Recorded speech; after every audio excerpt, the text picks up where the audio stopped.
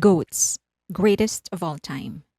They don't earn the crown by staying safe, smiling pretty, or hiding behind masks. They earn it by tearing those masks off, staring their demons in the eye, and asking the question most artists run from: who the hell am I? That's one of the things that BTS was trying to communicate in Map of the Soul. In order to fulfill their artistry, they had to reintegrate their shadow, what Carl Jung described to be the undesirable parts of ourselves, often perceived to be evil, into themselves again. When RM wrote Army's letter last week and asked about thinking of the meaning of self, I remember this as an integral part of Jungian psychology. So in this video, we are going to re-examine four major things from Map of the Soul. Why BTS used biblical characters in their music videos, the concept of reintegrating the things they thought they had to give up in order to become the best artists they could be, why being good or moral is just a manifestation of cowardice, and how one can actually fulfill or reach the maximum potential of the self.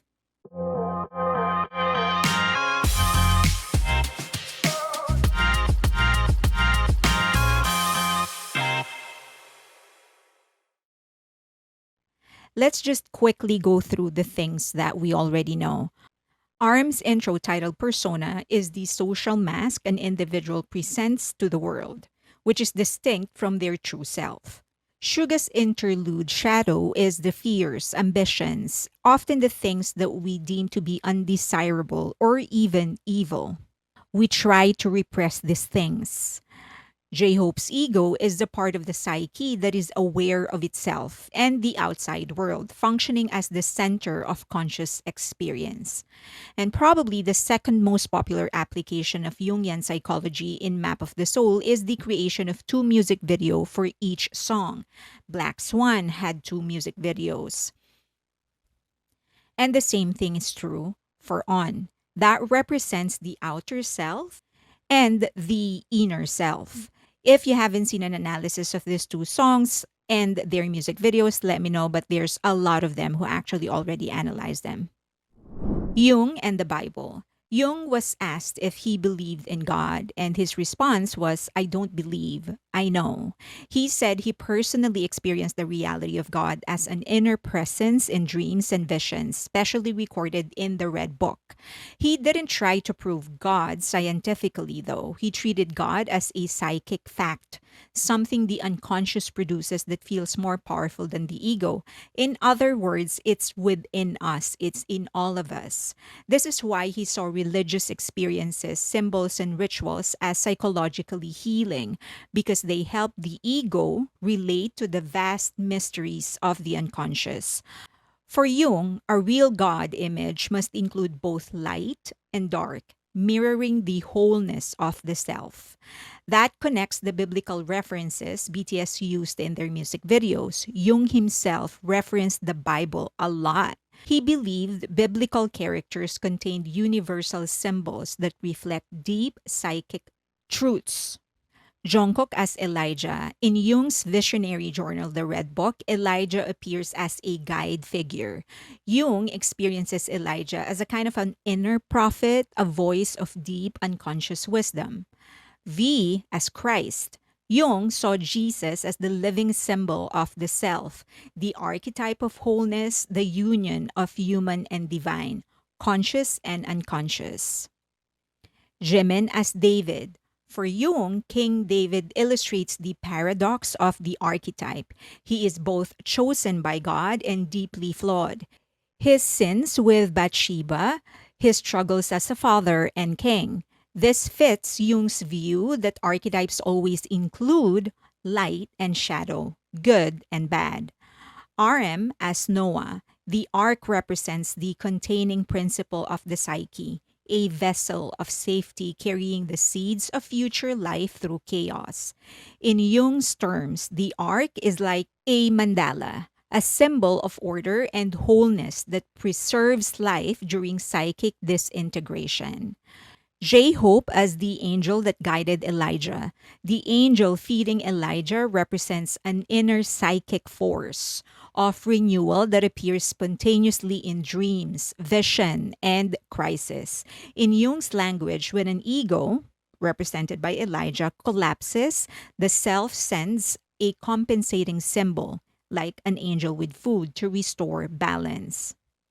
Suga as Aaron. Jung interpreted figures like Aaron as archetypes of the mediator, one who stands between the divine and human, the function that helps the ego relate to overwhelming unconscious forces. Jinn as the people of Israel. In Leviticus, doves and pigeons could be offered by the poor as substitute for a lamb. For Jung, this reinforced the idea that archetypal rituals must be accessible for everyone, rich or poor, powerful or weak. And this leads us to BTS's message. Map of the Soul can be read through a biblical lens, the same way Jung did. Each stage mirrors an archetypal struggle. Persona by RM represents the masks of fame, like Israel, torn between gods and unsure of its true devotion, caught between the appearance and authenticity. Suga's shadow confronts ambition's darkness and burnout, echoing Elijah under the broom tree, despairing after his victory in Mount Carmel. J Hope's ego embodies self acceptance and trust in the path. Jimin as David shows that success can corrupt. Elijah shows that even the strongest break. Jin as people of Israel shows that everyone has a chance. RM's Noah shows that there is hope. And V as Christ shows that we all have what we need within ourselves. What BTS ultimately seeks is long-term vision of creative integrity, legacy, and a message of hope and love, symbolized by Jen releasing the dove. Now that we understand how Jung and BTS used biblical characters to trace their journey, let's move on to one important thing RM mentioned in his letter: the fulfillment of the self.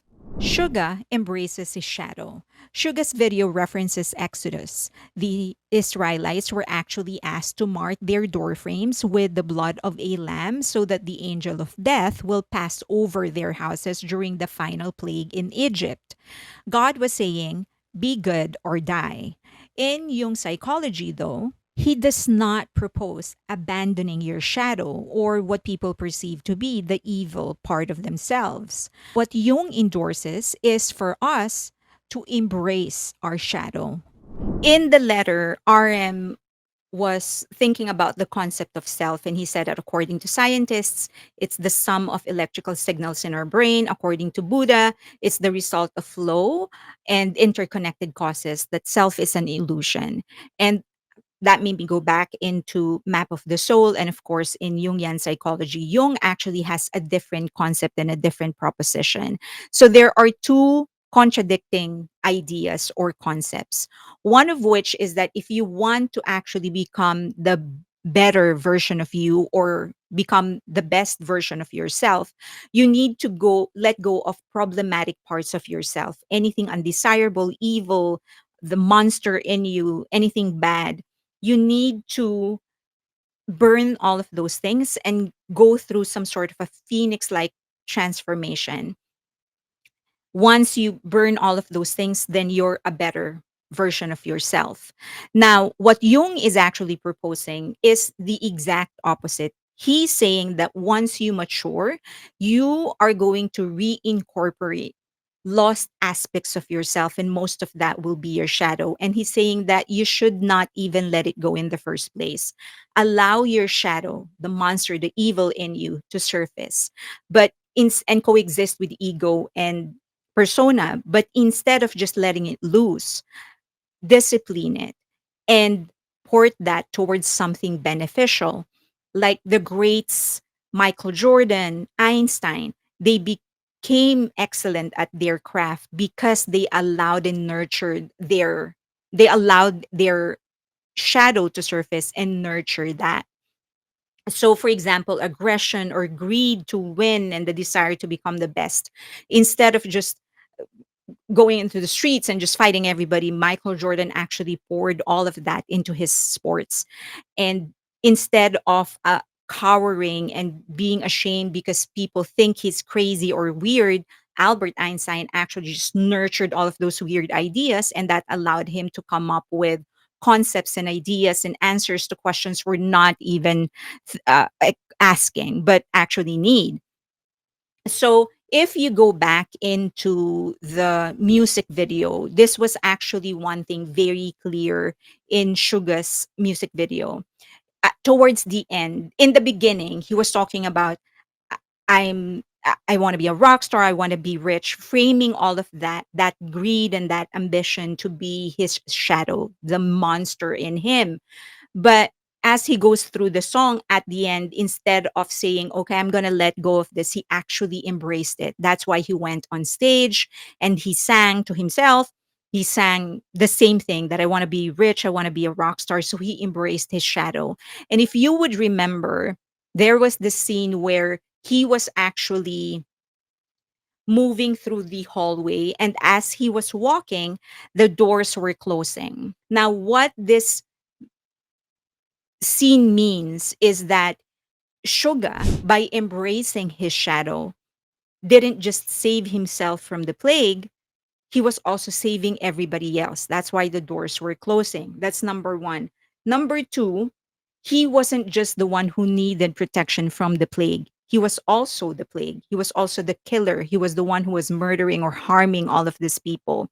So that is why towards the end there was this scene when he was looking at himself. He was on stage and there was also a version of him on the door. So this reinforces Jung's idea. Your shadow, if you do not allow that to surface, that can harm you and other people. So if you want to be safe, but more importantly, if you want to be whole, you have to nurture it, but make sure you discipline that so that it's ported towards something beneficial. Morality is cowardice. When you cut off the bad parts of yourself or your shadow, like aggression, for example, you don't just get rid of the worst, you also block yourself from ever reaching your best. Why? Because real strength, real goodness requires the ability to fight when you need to. If you've denied that part of yourself, you can't say a true no, can't stand unshaken, can't play at the highest stakes. Basically, you're taking away the choice. Knowing you can do something bad but chooses not to is what being good really means.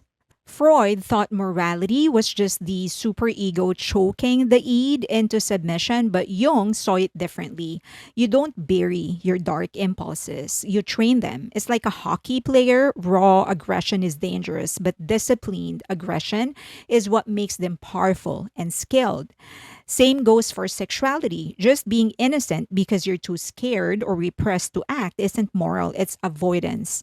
True morality is when you could act. You have the power, the aggression, the desire, but you choose not to misuse it. That's the difference between someone who's harmless and someone who's genuinely good.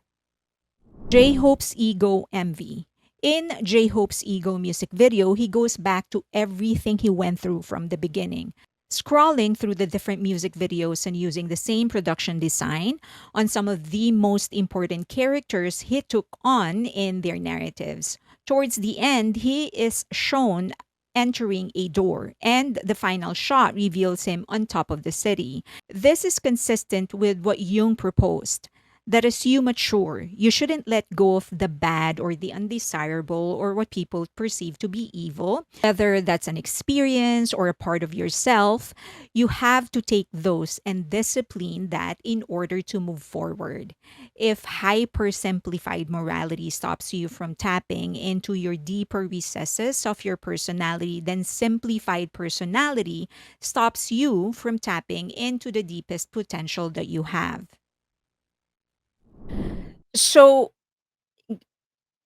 RM said that self according to the things that he's reading, seems to be like a continuous thing, like it's never whole. And that is very consistent with what Jung is actually saying, that if that our quest to be complete, to be whole, is a lifelong process, quite literally, that it's ongoing until the day we die. And it's not because we are not by ourselves complete, but that we fail. We ourselves actually, we fail to see the fullness of it, and experience and live that fullness. So he compared it into a horizon. Like when you look at the horizon, it's always complete in your field of vision, and you can keep on approaching and approaching, but you'll never get there. But all of these things are interesting on an analytical point of view, but I think it's never really helpful unless you know how to apply it. And one of the things that I realized is that a lot of people don't feel complete or satisfied with what they have because they're always looking for that sense of fulfillment in them. And what Jung is saying is that you'll never get there. So you have to just accept the fact that it's a lifelong process, that you are just meant to continuously work on yourself. And to me, what I feel is that every moment is a fulfillment of myself. It's just that I keep on pushing the boundaries. Like who I am right at this moment, this is a fulfillment of what I have been living for my entire life. And I may not have billions or millions, or I may not have the prestige or the awards or the recognition. And that is fine, uh, because I am meant to continuously discover and continuously push the envelope and continuously explore what else I can do.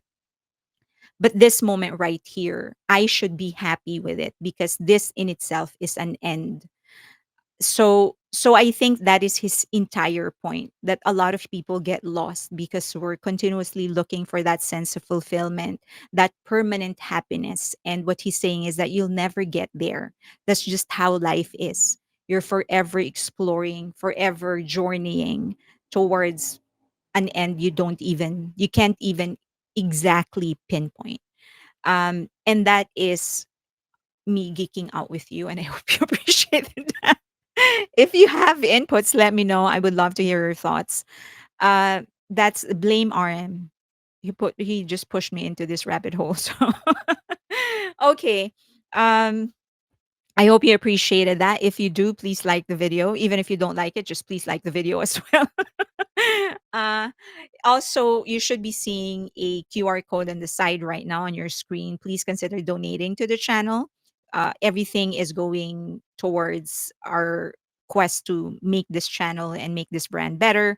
We're launching a website, an online magazine. So please go there, asianentertainmentandculture.com. It's on a soft launch stage, but if you have comments, inputs, let me know. Also, if you can, please follow me on X, on IG, but more importantly on Patreon, because that's where the community is. You can also subscribe to my membership on YouTube. I do live stream, exclusive live streams just for the members, and that never ever goes becomes the all of those videos, those live streams don't become public. I think that's it. Also, please, as I've said, like the video regardless of whether or not you liked it. Just like the video nonetheless. Also, subscribe and hit that notification button because that really helps the channel. But the one thing that will really help is if you share it. So just share it to your friends, to your family members, put a link on your social media, on your email, send it to whoever. That will really help the algorithm recommend this more. Okay. Thank you so much. I hope I did not traumatize you. I'll see you around.